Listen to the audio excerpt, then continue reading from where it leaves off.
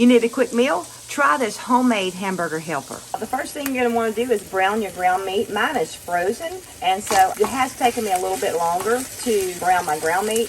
And so I had my water boiling, and I forgot to put my salt in. So I like to salt my water with my noodles, and so I have my noodles in here. It's about a half a box of these. When I can go wheat-free or gluten-free, I do.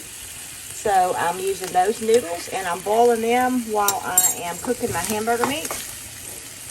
And this is very lean hamburger meat, so I'm not going to have to strain it. This is garlic granules.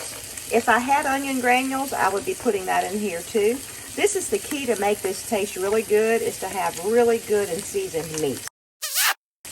I like a little Tony Sachet seasoning, and then, of course, you know, I like salt. So this meal could be made in 30 minutes or less, and it's great reheated, and it's something that you just start cooking and you stand here and cook it till it's finished. Honestly, it might even could be done in 15 minutes. In my pan right here, I have a can of green peas, and I've already put a little bit of butter in there.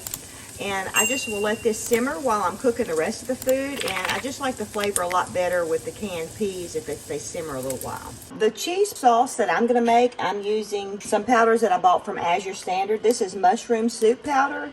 And then there is powdered cheese.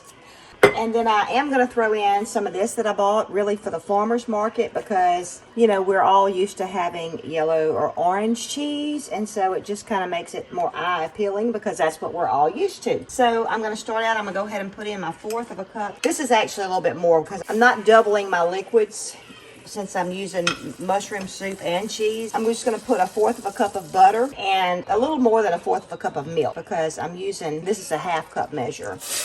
And that was a little bit more than a 1/4 of a cup of butter also. So I'm eyeballing it. I'm ad-libbing. My ground meat's done. I have my noodles draining.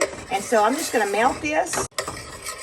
I've got my butter melted now. So I'm going to go ahead and add my cheese powder. And it takes 2 tablespoons of powder. And I'm going to put a little bit of this orange powder in there.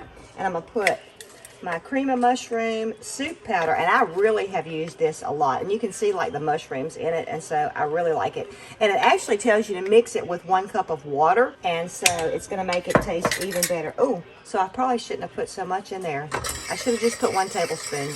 Oops. I want to tell y'all too, if you don't have this powder and you don't want to do this powder, what you can do is use a can of cream of mushroom soup, and just some sliced cheese would be fine. You could put some Velveeta, you could put some cheddar cheese, and that should turn out just fine. And since I put double the amount, I'm going to add a little bit more milk to this, because it's already thick, and you're supposed to have to cook it about 2 or 3 minutes.